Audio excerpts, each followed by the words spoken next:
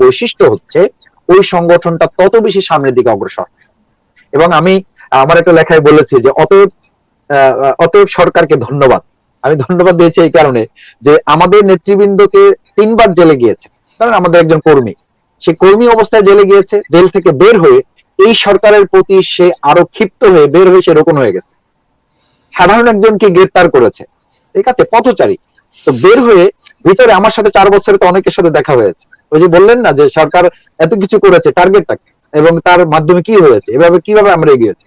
সাধারণ পথচারীকে গ্রেপ্তার করেছে, ভিতরে গিয়েছে, আমাদের সাথে দেখা হয়েছে, বললাম ভাই কি ব্যাপার, আপনি এখানে, আপনার কি নাম, আপনি জামাতের কি? বলছে ভাই আমি জামাতের কিছু না। তো কোথেকে এসছে? রাস্তা থেকে আমাকে ধরে নিয়ে আসছে, আমার দাঁড়িয়ে আছে এই জন্য। আমি বললাম এখন তো আপনার তো কষ্ট হওয়ার কথা। বলছেন আমার কষ্ট হওয়ার কথা না, বরং আমি সিদ্ধান্ত নিয়েছি যে জামাতের কারণে আমাকে গ্রেপ্তার করেছে, বের হয়ে আমি জামাত করব। এভাবে করে আমাদের শুধুমাত্র কর্মী সংখ্যা বেড়েছে তা না, আমাদের শুধু রোকন সংখ্যা বেড়েছে। সরকারের হিসাব ঠিক না, সরকারের হিসাবে আরো কম আছে। আলহামদুলিল্লাহ, যদি একটা মানে সুষ্ঠু নির্বাচন হয়, সরকার যা চিন্তা করে রেখেছে তার চেয়ে কয়েক গুণ জনসমর্থনের প্রতিফলন ঘটবে ইনশাআল্লাহ, এবং সেটার জন্য দেশের মানুষ অপেক্ষা করছে। যে আপনি, তার একটা প্রমাণ হচ্ছে 10ই জুনের প্রোগ্রাম। 10ই জুন কিন্তু আমরা নিজেরও কল্পনা করিনি এই পরিমাণ লোক ওখানে হবে। আমরা মনে করেছি যে সর্বোচ্চ আমাদের ইঞ্জিনিয়ার্স ইনস্টিটিউটটা মানে ইয়া করে ভর্তি হয়ে তার পাশের যে মানে মানে যে ফিল্ড আছে, খালি জায়গাটা আছে, এটা হয়তো পরিপূর্ণ হবে। আমি যখন বক্তৃতা করি তখন বাইরে থেকে আমাকে মেসেজ দেওয়া হয়েছে যে মাসুদ ভাই, আমি বারবার মেসেজ দিচ্ছি যে প্রশাসনের সাথে সহযোগিতা করে রাস্তাটা ওপেন রাখবেন। তখন আমাকে ফিডব্যাক মেসেজ দিয়েছে আমার স্বেচ্ছাসেবক ভাইয়েরা যে মাসুদের পুলিশ নিজেরা দায়িত্ব নিয়ে কাকরাইল মোড় থেকে শাহবাগ মোড় পর্যন্ত গাড়ি বন্ধ করে তারা ঘুরিয়ে দিচ্ছে, কারণ এখানে রাস্তায় আমাদের সাধারণ মানুষ দাঁড়াবার কোনো জায়গা নেই। This is scenario. এই সিনারিওটা সরকার জানে বলেই আমাদের প্রোগ্রামের তারা মৌখিক অনুমোদন দিয়েছে রাত 10:30টায়, আর আমরা নেতৃবৃন্দের কাছে পৌঁছাতে পেরেছি রাত 12:30টায়। তার মানে 12:30টায় পৌঁছে পরের দিন 10টার প্রোগ্রামের ফলো আপটা যদি এটা হয়, তার মানে বোঝা যায় সরকারের ওই হিসাবে আসলে ঠিক নাই। জনগণ ভিন্ন একটা হিসাব নিয়ে আছে। যদি তারা ভোটের এবং এই ভাতের অধিকারের যে আন্দোলন, এই আন্দোলনের একটা সুষ্ঠু, অবাধ, নিরপেক্ষ নির্বাচনের নির্দলীয় প্রশাসনের অধীনে কেয়ারটেকার সরকারের ফর্মুলায় যদি একটা ইলেকশন হয়, তাহলে এটার একটা মানে বৈপ্লবিক পরিবর্তন হবে। আর সরকার এখানে এই অবস্থানটাকে প্রস্তাবিত করতে চায়। একটু কোন ভাই আমি শেষ করি এই পয়েন্টটা, তাহলে আপনার জন্য পরবর্তী কোশ্চেন করতে সুবিধা হবে। যে সরকার এই অবস্থানটাকে তারা এখন মানে আমাদের বিতর্কিত করতে চায়, প্রশ্নবিদ্ধ করতে চায় যে বাংলাদেশ জামাত ইসলামী যে নির্যাতন নিপীড়ন সহ্য করে এতদূর পর্যন্ত এসেছে, এখন সেই সরকারের সাথে কিন্তু জামাত আছে। মূল কথা হলো বাংলাদেশ জামাত ইসলামী তাদের সাথে আতাত আপোষের প্রশ্নই নাই। আওয়ামী লীগও জানে যে তাদের সাথে তাদের নেতারাই তো বলে যে তেল এবং জল যেমন মেলে না, বাংলাদেশ জামাত ইসলাম এবং জামাত ইসলাম এরকম মেলে না। তো সেই তেল এবং জল না মেলা দল এটা যখন বলে, তার মূল টার্গেট হচ্ছে দুটো।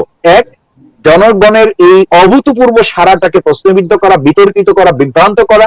জামাত ইসলামী থেকে জনগণকে নির্যাতন নিপীড়ন করে আমাদেরকে বিচ্ছিন্ন করতে পারে নাই, এখন এটার মধ্য দিয়ে আমাদেরকে বিচ্ছিন্নিত করতে পারা। আর দ্বিতীয় হচ্ছে যে আন্তর্জাতিক বিশ্বকে দেখানোর যে কথা বলেছেন, এটি এখন অচল, এটি ব্যাকডেটেড। এটি কারণ আমাদের এই প্রতিবেশী রাষ্ট্র ভালো করে জানে যে এই দেশ যদি দুর্নীতি মুক্ত না রাখা যায়, তাহলে তাদের জন্য এটা কল্যাণকর হবে না।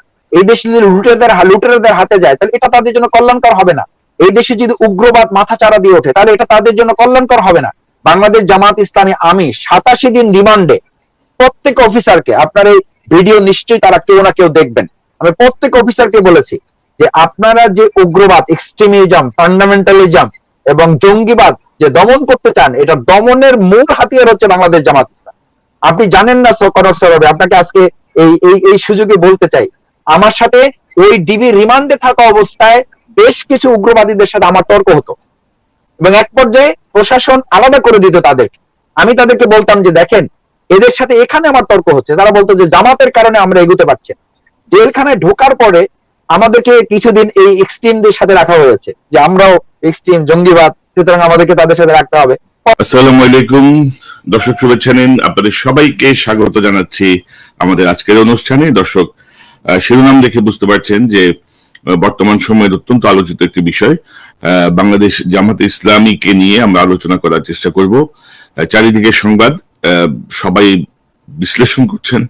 সরকারের সঙ্গে জামাতের জামাতের সঙ্গে সরকারের আঁতাত, কে কার কোন কৌশলে কি করছে, এই বিষয়টি এই মুহূর্তে রাজনীতির মাঠে একটি গুরুত্বপূর্ণ বিষয় হয়ে দাঁড়িয়েছে। প্রায় দীর্ঘ 10 বছর পরে জামাত প্রকাশ্যে একটি সমাবেশ করেছে, নানা প্রশ্নের জন্ম দিচ্ছে। তো সব বিষয় নিয়ে আজকে আমার সঙ্গে যোগ দিচ্ছেন বাংলাদেশ জামাত ইসলামীর সেক্রেটারি, মহানগর দক্ষিণ এর দক্ষিণ এবং কেন্দ্রীয় কর্মপরিষদ সদস্য ডক্টর শফিকুল ইসলাম মাসুদ। মাসুদ ভাই, আপনাকে স্বাগত জানাচ্ছি আজকের অনুষ্ঠানে। আসসালামু আলাইকুম রহমতুল্লাহ। আলহামদুলিল্লাহ, আমি অনেক ধন্যবাদ কনক সরোয়ার ভাই আপনার এই গুরুত্বপূর্ণ লাইভে সংযুক্ত হতে পেরে, এবং আমাদের এই লাইভে যারা সংযুক্ত দর্শক শ্রোতা এবং আমাদের দর্শক মন্ডলী যুক্ত আছেন, হবেন এবং পরবর্তীতে যারা দেখবেন, সবাইকে আন্তরিক শুভেচ্ছা, সালাম এবং ধন্যবাদ জানাচ্ছি। দর্শক, আমি আপনাদেরকে একটু জানাতে চাই, মাসুদ ভাই এক দীর্ঘ 2006-07 সালে বাংলাদেশ ইসলামী ছাত্র শিবিরের সভাপতির দায়িত্ব পালন করেছেন। এর আগে তিনি সেক্রেটারির দায়িত্ব ছিলেন। এই সরকারের আমলে তিনি মোট 87 দিন পুলিশ রিমান্ডে ছিলেন। 87 দিন নির্মম নির্যাতনের শিকার হয়েছেন, যেগুলো নিয়ে বিভিন্ন সময় সংবাদও বের হয়েছে, এবং প্রায় 4.5 বছর তিনি জেলে ছিলেন। মাসুদ ভাই, এত কিছুর পরেও আপনি যে এখনো যে প্রতিবাদী কণ্ঠে কথা বলেন, এখনো যে আপনি এই দুঃশাসনের বিরুদ্ধে কথা বলেন, আমার ব্যক্তিগত ভাবে আমার তরফ থেকে আপনাকে ধন্যবাদ যে আপনি ভয় পাননি, আপনি পিছু হটে আসেননি। 87 দিন remand is not a matter of joke, যতটুকু আমরা বুঝি। তো এরকম ভাবে ধরেন জামাতের অসংখ্য নেতা কর্মী নির্যাতিত হয়েছেন। এখন ধরেন আপনি হয়তো শীর্ষ পর্যায়ে আছেন বলে আমরা আপনার সঙ্গে সরাসরি কথা বলার সুযোগ পাই, কিন্তু গ্রামে গঞ্জে জেলা শহরে বহু নেতাকর্মী আছেন নানাভাবে নির্যাতিত, ঘর বাড়ি ছাড়া হয়েছেন। আপনাদের সিনিয়র নেতারা বছরের পর বছর জেল খাটছেন, জামিন নিয়ে বের হয়ে আসছেন, আবার জেল গেট থেকে গ্রেপ্তার হয়ে যাচ্ছেন। এই যে গতকালও মিয়া গোলাম পারোয়ারের ক্ষেত্রে ঘটনাটি ঘটলো। তো আমরা দেখছি যে ধরেন নানা রকমের সমীকরণ আমরা দেখছি। আসলে এই যে গতকাল দৈনিক মানব জমিন পত্রিকায় একটি সংবাদ বেরিয়েছে, জামাতের সঙ্গে সরকারের বৈঠক, একটি গোপন বৈঠক হয়েছে, এবং সরকারের পক্ষ থেকে জামাতকে বলা হয়েছে, আপনাদের 10 বছর পরে আপনাদের যে সমাবেশ দেখলাম, তাতে তো মনে হয় যে আপনারা একক নির্বাচনেই আসেন, 25-30টা সিট পেয়ে যেতে পারেন। তো নানা রকমের সমীকরণ। তো কি হচ্ছে, অর্থাৎ জামাতের কৌশলটা কি?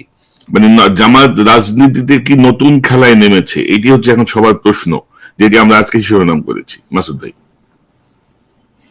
কনক সরোয়ার ভাই, অনেক ধন্যবাদ। আমাদের লাইভে ইতিমধ্যে যারা যুক্ত হয়েছেন তাদেরকে আবারও আন্তরিক ধন্যবাদ জানিয়ে আমি প্রথমেই আল্লাহ শুকরিয়া আদায় করি যে আল্লাহ তাআলা এখনো আমাকে দয়া করে বাঁচিয়ে রেখেছেন।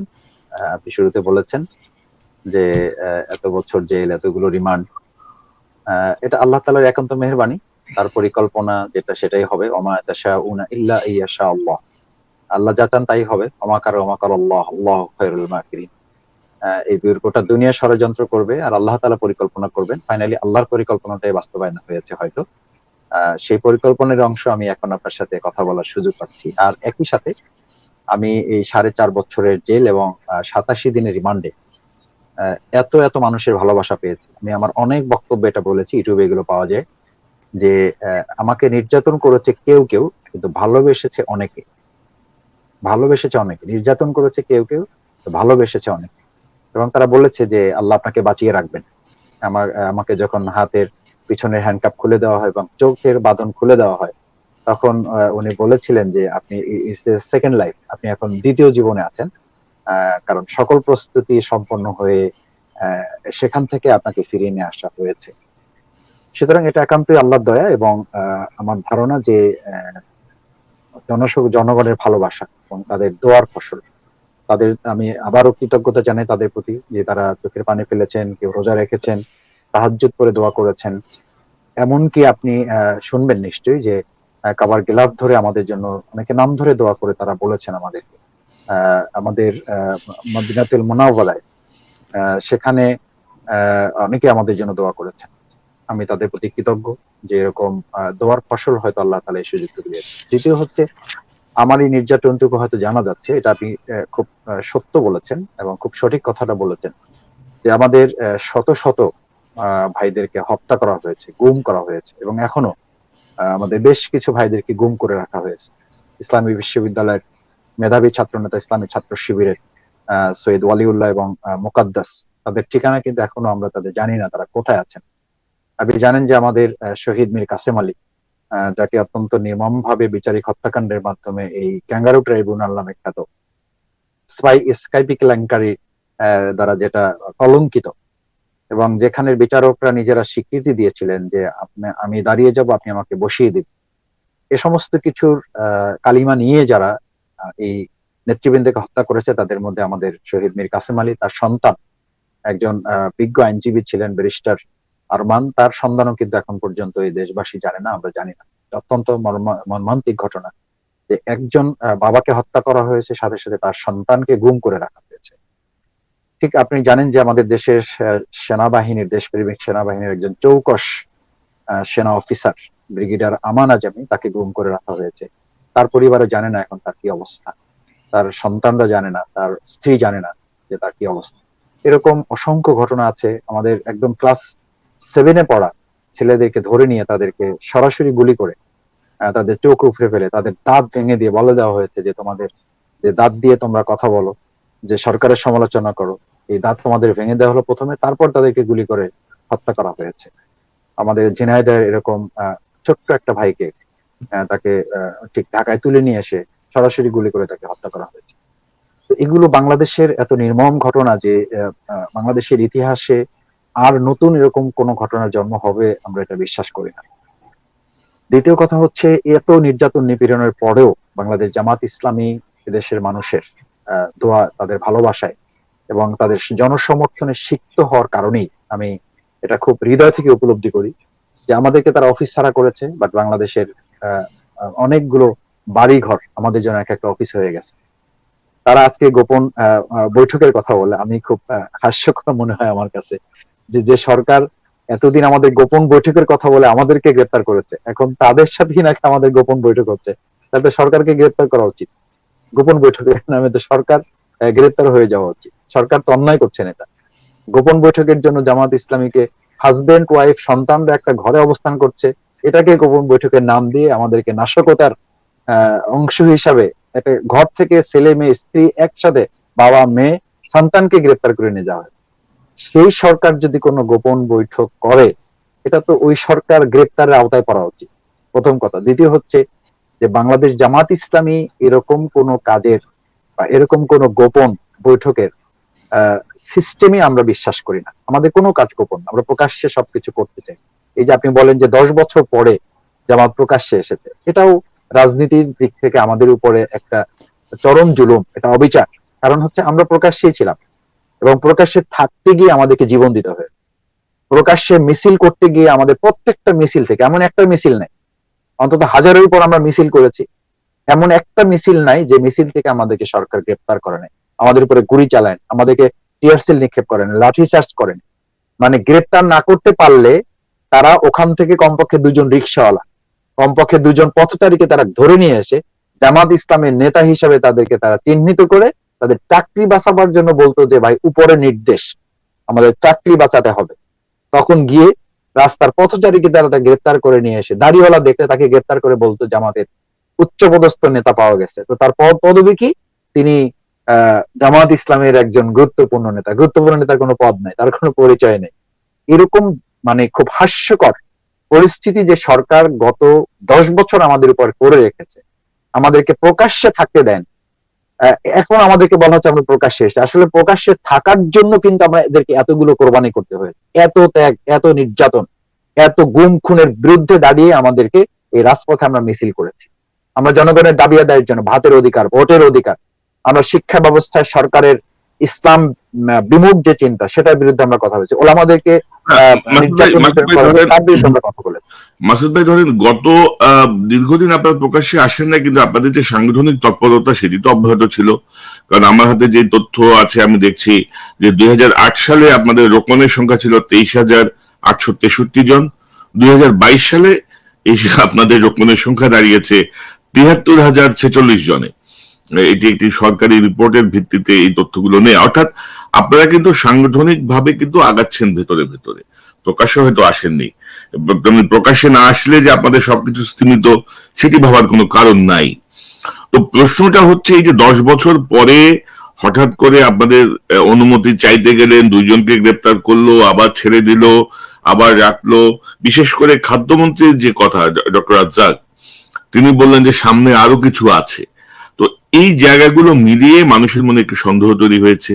এবং আপনাদের যারা নেতাকর্মী, যারা এতদিন ত্যাগ করেছেন, এত ত্যাগের বিনিময়ে যারা এখনো স্বপ্ন দেখছেন যে জুলুমের অবসান ঘটবে, তাদের কাছে একটি ভুল বার্তা যাচ্ছে কিনা যে জামাতে ইসলামী বোধহয় সরকারে আওয়ামী লীগের সঙ্গে বোধহয় আবার যুক্ত হয়ে যাচ্ছে, বা আওয়ামী লীগের পকেটে বোধহয় আবার ঢুকে যাচ্ছে।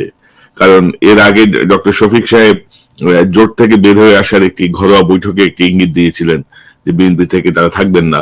বিএনপির সঙ্গে দূরত্ব তৈরি হয়েছে, বোঝাই যায়। তো সব মিলিয়ে আপনি কি আপনার মানে তৃণমূলের যারা নেতা কর্মী আছেন বা জামাতের সমর্থক আছেন, হয়তো সরাসরি দল করেন না, তাদের উদ্দেশ্যে কি আপনি একটু বুঝায় বলবেন যে আসলে হচ্ছেটা কি? ধন্যবাদ কনক সরোয়ার ভাই। আমাদের শ্রোতা দর্শক যারা যুক্ত আছেন তাদের উদ্দেশ্যে এবং যারা পরে শুনবেন তাদের জন্য এটা অত্যন্ত গুরুত্বপূর্ণ। প্রথম কথা হচ্ছে, আমাদের দেশের মানুষ সচেতন এবং আমরা প্রতিবারই এটা খেয়াল করেছি যে আমাদের বিরুদ্ধে যত ষড়যন্ত্র হয়েছে, বিভিন্নভাবে মিডিয়ার সন্ত্রাস আমাদের উপরে কখনো কখনো অবারিতভাবে চালানো হয়েছে। আল্লাহ শুকরিয়া যে আমাদের জনগণ বিভ্রান্ত হয় নাই। বাংলাদেশ জামাত ইসলামীকে যথাসময়ে যথার্থ সিদ্ধান্ত নেওয়ার ক্ষেত্রে তারা আমাদেরকে সহযোগিতা করে এবং এই দেশের জনগণ সজাগ সচেতন থেকে জামাত ইসলামীকে যথার্থ পর্যালোচনা যদি না করত, তাহলে এই সরকার এবং এদেশের প্রশাসন যে পরিমাণ জুলুম আমাদের উপরে করেছে এবং যে পরিমাণ তথ্য সন্ত্রাস আমাদের উপরে চালিয়েছে, আমাদের গুলি সন্ত্রাসের চেয়ে, আমাদেরকে টিয়ার সেলের সন্ত্রাসের চেয়ে, মামলা হামলা সন্ত্রাসের চেয়ে সবচেয়ে বড় ষড়যন্ত্র আমাদেরকে মোকাবেলা করতে হয়েছে তথ্য সন্ত্রাসে। সেই তথ্য সন্ত্রাস মোকাবেলায় এদেশের জনগণ আমাদের পাশে ছিল এবং তারা আমাদেরকে সাহস জুগিয়েছেন, সত্যটা তারা ধারণ করেছেন এবং আমাদেরকে সেই ক্ষেত্রে তারা সহযোগিতা। আমি খুব দৃঢ়ভাবে বিশ্বাস করি, এই যে এখন সরকার, আপনি খাদ্যমন্ত্রীর কথা বলেছেন, খাদ্যমন্ত্রী বলেছেন আরো অপেক্ষা করেন। অপেক্ষার আমি তিনটা জিনিস বুঝি। একটা হচ্ছে তাদের পতন মানুষ দেখবে, আর একটা হচ্ছে বাংলাদেশ জামাত ইসলামী দেশের মানুষের ভোটের ভাতের অধিকারে যে আন্দোলন করেন, সেই আন্দোলনের সফলতার সামনে অপেক্ষা করছে, এটা হয়তো তিনি বোঝাতে চেয়েছেন। আর একটা আছে বাংলাদেশ জামাত ইসলামীর রাজনৈতিক এবং নাগরিক হিসেবে আমাদের যে অধিকার, আমাদের নিবন্ধন, আমাদের প্রতীকদারি পাল্লা, আমাদের অফিসগুলো তারা বন্ধ করে রাখা, আমাদের নেতৃবৃন্দকে উচ্চ আদালতের থেকে জামিন পাওয়ার পর বারবার তাদেরকে গ্রেপ্তার করে রাখা, মিথ্যা মামলা দিয়ে, গায়েবী মামলা দিয়ে, বায়বীয় মামলা দিয়ে। এমনকি আপনি শুনলে অবাক হবেন, আমার শ্রোতা দর্শক মন্ডলী শুনলে বিস্মিত হবে যে আমাদের এখনকার একজন সিনিয়র নেতাকে গ্রেপ্তার করে রাখা হয়েছে। উনি জেল গেট থেকে মোবাইল ফোনে নির্দেশ দিয়ে এই ঘটনাটি তিনি সংগঠিত করেছেন। আমি বলতে চাই যে বিচার বিভাগ এবং প্রশাসন এবং আইন যদি তা হয়ে থাকে, তাহলে তো ওই জেল কর্তৃপক্ষ মামলার প্রথম আসামি হওয়া উচিত। জেল গেট থেকে যদি উনি এরকম নির্দেশ দিয়ে কোনো ঘটনা ঘটে, সেরকম একটা পরিস্থিতির মধ্যেও কিন্তু জনগণ আমাদেরকে ভুল বোঝে নেই। সুতরাং আমি প্রথমে মনে করি ভুল বার্তা যাওয়ার কোনো সুযোগ নেই। দ্বিতীয় হচ্ছে যে আপনি খেয়াল করবেন, মানব জমিনের যে রিপোর্ট হয়েছে, আমরা ইতিমধ্যে আমাদের কেন্দ্রীয় প্রচার সেক্রেটারি, কেন্দ্রীয় নির্বাহী পরিষদ সদস্য জনাব মতিউর রহমান আকন, ইতিমধ্যে আমরা শক্ত প্রতিবাদ জানিয়েছি এবং আমি বিশ্বাস করি মানব জমিন পত্রিকার পাঠক যারা, তারা রীতিমতো হতাশ হয়েছেন। আর মানব জমিনে আমি একজন পাঠক, আমি মনে করি যে মানব জমিনের মতো পত্রিকা এরকম একটা রিপোর্ট, এবং তাদের কি জবাব এটা আছে? যদি জবাব থাকে তাহলে আমি আজকে চ্যালেঞ্জ করছি, তারা যেন ওই সরকারের ওই লোকের নাম, ওই কর্তা ব্যক্তির নাম, ওই প্রশাসনের অথবা ওই সরকারের গুরুত্বপূর্ণ ব্যক্তির নাম এবং বাংলাদেশ জামাত ইসলামীর যিনি এই বৈঠকে অংশগ্রহণ করেছেন তার নাম যদি তিনি বলতে পারেন, তাহলে এই দেশের জনগণ আমাদেরকে যে শাস্তি দেবে আমরা মাথা পেতে পারবো। আর যদি মানব জমিন তা করতে না পারে, তাহলে আমি মনে করব মানব জমিন তার সাংবাদিকতার পেশাদারিত্বের জায়গা থেকে যে প্রতিবেদকটি করেছেন, এটি শুধু প্রতিবেদকের দায় পান না, এরকম একটা গুরুত্বপূর্ণ নিউজের বা এরকম একটা খবরের দায়ভার সম্পাদক পর্যন্ত তারা এড়াতে পারেন না। সুতরাং আমি মনে করি যে বাংলাদেশ জামাত ইসলামী যে প্রতিবাদ দিয়েছে, এটা ঠিক ওই জায়গায় এই প্রতিবাদটি ছেপে আমাদের অধিকার সংরক্ষণ করা উচিত তাদের পাঠকের সম্মান মর্যাদা রক্ষার জন্য। তাদের পাঠক শ্রেণীর একটা মর্যাদা আছে। আমি বিশ্বাস করি যে মানব জমিন পত্রিকাটি ঠিক আমাদের এরকম রাস্তাঘাটের কোন একটা পত্রিকা না, সেরকম একটা মেইন স্ট্রিমের পত্রিকা এরকম একটা অসত্য, বিভ্রান্তিকর এবং একেবারে অমূলক, দুর্বিসন্ধিমূলক একটা নিউজের সাথে সম্পৃক্ত হয়েছে। এটা সরকারের ষড়যন্ত্রের চেয়েও আমার কাছে মনে হয়েছে যে পত্রিকাটি বোধহয় কোন একটা ষড়যন্ত্রের শিকার। পত্রিকাটি বোধহয় কোন একটা ডক্টর মাসুদ সাথে তারা সম্পৃক্ত করে ফেলছে। ডক্টর মাসুদ, বাংলাদেশে এখন মিডিয়া যেভাবে নিয়ন্ত্রিত হয়, সেক্ষেত্রে ধরেন একটা নিউজ এভাবে আমি সেটাই বোঝাতে চেয়েছি। প্রশ্ন হচ্ছে যে সরকারের উদ্দেশ্যটা কি, মানে এটা আপনি কি মনে করেন? যেমন ধরেন কেউ কেউ বলছে যে জামাত ইসলামী 10 বছর পরেও, এত নিয়ন্ত্রণের পরেও, শীর্ষ 6 জন নেতাকে অনেকটা জুডিশিয়াল কিলিং এর পরেও জামাত ইসলামী এখনো মানে ভয়ঙ্কর মাত্রায় সক্রিয়, সাংগঠনিকভাবে শক্তিশালী একটি দল, যে এটি ভারতকে দেখানো যে দেখো জামাত এখনো সক্রিয়, কিন্তু আমেরিকা আমাদের সঙ্গে দেখো কি করতেছে। এটা একটা বিষয়, জামাতকে সামনে নিয়ে আসা। দ্বিতীয়ত, জামাতকে একক নির্বাচনের জন্য প্রলুব্ধ করা, যেন বিএনপি জামাতের যে জোট, যে শক্তি, সেটি যেন ভেঙে যায়। সরকার কি করতে চাচ্ছে আপনি কি মনে করেন? এই যে এইসব প্রোপাগান্ডা বলেন, বা এই যে সামনে আরো চমক আসছে, খবর আসছে, আপনারা দেখবেন, জানবেন, সরকার আসলে কি করতে চাচ্ছে আপনি কি মনে করেন? সরকার কি করতে চাচ্ছে? আমি চমকের কথা ইতিমধ্যে বলেছি যে চমক হচ্ছে সরকারের পতন হবে, চমক হচ্ছে এই যে জনগণের ভোটের এবং ভাতের অধিকার তারা ফিরে পাবে, চমক হচ্ছে জামাত ইসলামী তার নাগরিক এবং সাংবিধানিক অধিকার ফিরে পাবে। এগুলো হচ্ছে দেশের জন্য এখন চমক। আর বাকি সরকার যে দুর্বিসন্ধিমূলক ভাবে তারা যদি এটা প্রচার করছে, সেটা হচ্ছে যে বাংলাদেশ জামাত ইসলামীর একটা অভূতপূর্ব জনসমর্থন আছে, এটা সরকার খুব ভালো করে জানে। এবং সেই অভূতপূর্ব জনসমর্থন তাকে প্রশ্নবিদ্ধ করার লক্ষ্যে তারা এই রকম অপপ্রচার, হয়তো তারা তাদের কোনো বাহিনীকে দিয়ে বা তাদের অনেক সংস্থা আছে, সেই সংস্থাগুলোকে দিয়ে তারা জোরপূর্বক আমাদের মিডিয়াগুলোকে বাধ্য করতে পারে বলে আমি মনে করি। দ্বিতীয় হচ্ছে যে আজকে আমাদের প্রতিবেশী রাষ্ট্র বলেন বা উন্নত বাইরের রাষ্ট্রগুলোকে বলেন যে জামাত ইসলামীকে দেখি আর ভয় দেখাবার সেই দিন শেষ হয়ে গেছে, এই কার্ড আর এখন চলবে না। কারণ হচ্ছে বাংলাদেশ জামাত ইসলামী একটা ইসলামিক মডারেট মুভমেন্ট। আমরা এদেশের মানুষের গণতান্ত্রিক ধারাকে আমাদের সংবিধানে এবং আমাদের গঠনতন্ত্রে এটাকে উল্লেখ করে দিয়েছি যে গণতান্ত্রিক এবং নিয়মতান্ত্রিক পদ্ধতিতে জনগণের ম্যান্ডেট নিয়ে বাংলাদেশ জামাত ইসলামী একটা সরকার গঠন করতে চায়, একটা সরকার পরিবর্তন করতে চায়। এবং সেই লক্ষ্যে আমরা বলেছি যে ইসলামী অনুশাসন, ইসলামী সমাজ কল্যাণমূলক একটা রাষ্ট্র। সুতরাং এটাতে সরকার খুব ভালোভাবে জানে, তাদের গোয়েন্দা রিপোর্ট আছে তাদের কাছে, যে তারা যত বেশি নির্যাতন করেছে, আপনি বলেছেন যে আমাদের রোকন সংখ্যা বেড়েছে, এটার পিছনে সরকারের একটা অবদান আছে। সরকারের অবদানটা হচ্ছে যে সরকার যত বেশি নির্যাতন করে, একটা আদর্শিক সংগঠনের বৈশিষ্ট্য হচ্ছে ওই সংগঠনটা তত বেশি সামনের দিকে অগ্রসর। এবং আমি আমার একটা লেখায় বলেছি যে অতএব সরকারকে ধন্যবাদ। আমি ধন্যবাদ দিয়েছি এই কারণে যে আমাদের নেতৃবৃন্দকে 3 বার জেলে গিয়েছে, কারণ আমাদের একজন কর্মী, সে কর্মী অবস্থায় জেলে গিয়েছে, জেল থেকে বের হয়ে এই সরকারের প্রতি সে আরো ক্ষিপ্ত হয়ে বের হয়ে সে রোকন হয়ে গেছে। সাধারণ একজনকে গ্রেফতার করেছে, ঠিক আছে, পথচারী, তো বের হয়ে ভিতরে আমার সাথে 4 বছরে তো অনেকের সাথে দেখা হয়েছে। ওই যে বললেন না যে সরকার এত কিছু করেছে, টার্গেটটা এবং তার মাধ্যমে কি হয়েছে, এভাবে কিভাবে আমরা এগিয়েছি। সাধারণ পথচারীকে গ্রেফতার করেছে, ভিতরে গিয়েছে, আমাদের সাথে দেখা হয়েছে, বললাম ভাই কি ব্যাপার, আপনি এখানে, আপনার কি নাম, আপনি জামাতের কি? বলছে ভাই আমি জামাতের কিছু না।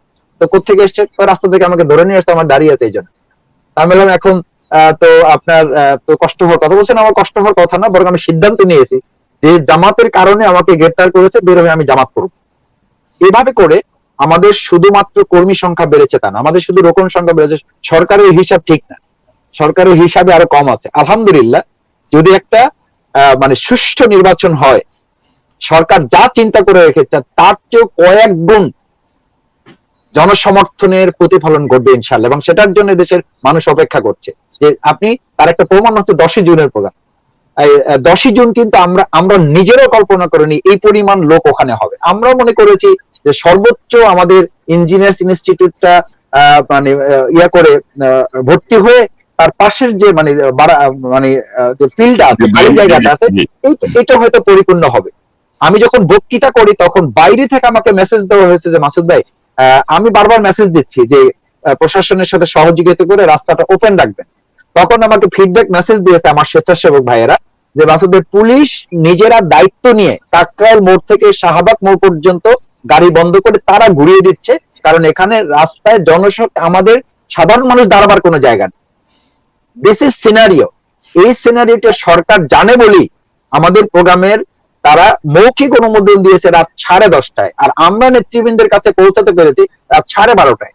তার মানে 12:30টায় পৌঁছে পরের দিন 10টার প্রোগ্রামের ফলো আপটা যদি এটা হয়, তার মানে বোঝা যায় সরকারের ওই হিসাবে আসলে ঠিক নাই। জনগণ ভিন্ন একটা হিসাব নিয়ে আছে, যদি তারা ভোটের এবং এই ভাতের অধিকারের যে আন্দোলন, এই আন্দোলনের একটা সুষ্ঠু অবাধ নিরপেক্ষ নির্বাচনের নির্দলীয় প্রশাসনের অধীনে কেয়ারটেকার সরকারের ফর্মুলায় যদি একটা ইলেকশন হয়, তাহলে এটার একটা মানে বৈপ্লবিক পরিবর্তন হবে। আর সরকার এখানে এই অবস্থাটাকে প্রস্তাবিত করতে চায়। একটু প্রণব ভাই, আমি শেষ করি এই পয়েন্টটা, তাহলে আপনার জন্য পরবর্তী কোশ্চেন করতে সুবিধা হবে। যে সরকার এই অবস্থানটাকে তারা এখন মানে আমাদের বিতর্কিত করতে চায়, প্রশ্নবিদ্ধ করতে চায় যে বাংলাদেশ জামাত ইসলামী যে নির্যাতন নিপীড়ন সহ্য করে এতদূর পর্যন্ত এসেছে, এখন সেই সরকারের সাথে কিন্তু জামাত আছে। মূল কথা হলো বাংলাদেশ জামাত ইসলামী তাদের সাথে আতাত আপোষের প্রশ্নই নাই। আওয়ামী লীগও জানে যে তাদের সাথে তাদের নেতারাই তো বলে যে তেল এবং জল যেমন মেলে না, বাংলাদেশ জামাত ইসলাম এবং জামাত ইসলাম এরকম মেলে না। তো সেই তেল এবং জল না মেলা দল এটা যখন বলে, তার মূল টার্গেট হচ্ছে দুটো। এক, জনগণের এই অভূতপূর্ব সারাটাকে প্রশ্নবিদ্ধ করা, বিতর্কিত করা, বিভ্রান্ত করা। জামাত ইসলামী থেকে জনগণকে নির্যাতন নিপীড়ন করে আমাদেরকে বিচ্ছিন্ন করতে পারে নাই, এখন এটার মধ্য দিয়ে আমাদেরকে বিচ্ছিন্নিত করতে পারা। আর দ্বিতীয় হচ্ছে যে আন্তর্জাতিক বিশ্বকে দেখানোর যে কথা বলেছেন, এটি এখন অচল, এটি ব্যাকডেটেড। এটি কারণ আমাদের এই প্রতিবেশী রাষ্ট্র ভালো করে জানে যে এই দেশ যদি দুর্নীতি মুক্ত না রাখা যায়, তাহলে তাদের জন্য এটা কল্যাণকর হবে না। এই দেশ যদি লুটেরাদের হাতে যায়, তাহলে এটা তাদের জন্য কল্যাণকর হবে না। এই দেশে যদি উগ্রবাদ মাথা চাড়া দিয়ে ওঠে, তাহলে এটা তাদের জন্য কল্যাণকর হবে না। বাংলাদেশ জামাত ইসলামী আমি 87 দিন রিমান্ডে প্রত্যেক অফিসারকে, আপনার এই ভিডিও নিশ্চয়ই তারা কেউ না কেউ দেখবেন, আমি প্রত্যেক অফিসারকে বলেছি যে আপনারা যে উগ্রবাদ, এক্সট্রিমিজম, ফান্ডামেন্টালিজম এবং জঙ্গিবাদ যে দমন করতে চান, এটা দমনের মূল হাতিয়ার হচ্ছে বাংলাদেশ জামাত ইসলাম। আপনি জানেন না কনক সরবে, আপনাকে আজকে এই সুযোগে বলতে চাই, আমার সাথে ওই ডিবি রিমান্ডে থাকা অবস্থায় বেশ কিছু উগ্রবাদীদের সাথে আমার তর্ক হতো, এবং এক পর্যায়ে প্রশাসন আলাদা করে দিত তাদেরকে। আমি তাদেরকে বলতাম যে দেখেন, এদের সাথে এখানে আমার তর্ক হচ্ছে। তারা বলতো যে জামাতের কারণে আমরা এগোতে পারছি। জেলখানায় ঢোকার পরে আমাদেরকে কিছুদিন এই এক্সট্রিমদের সাথে রাখা হয়েছে, যে আমরাও এক্সট্রিম জঙ্গিবাদ, সুতরাং আমাদেরকে তাদের সাথে রাখতে হবে।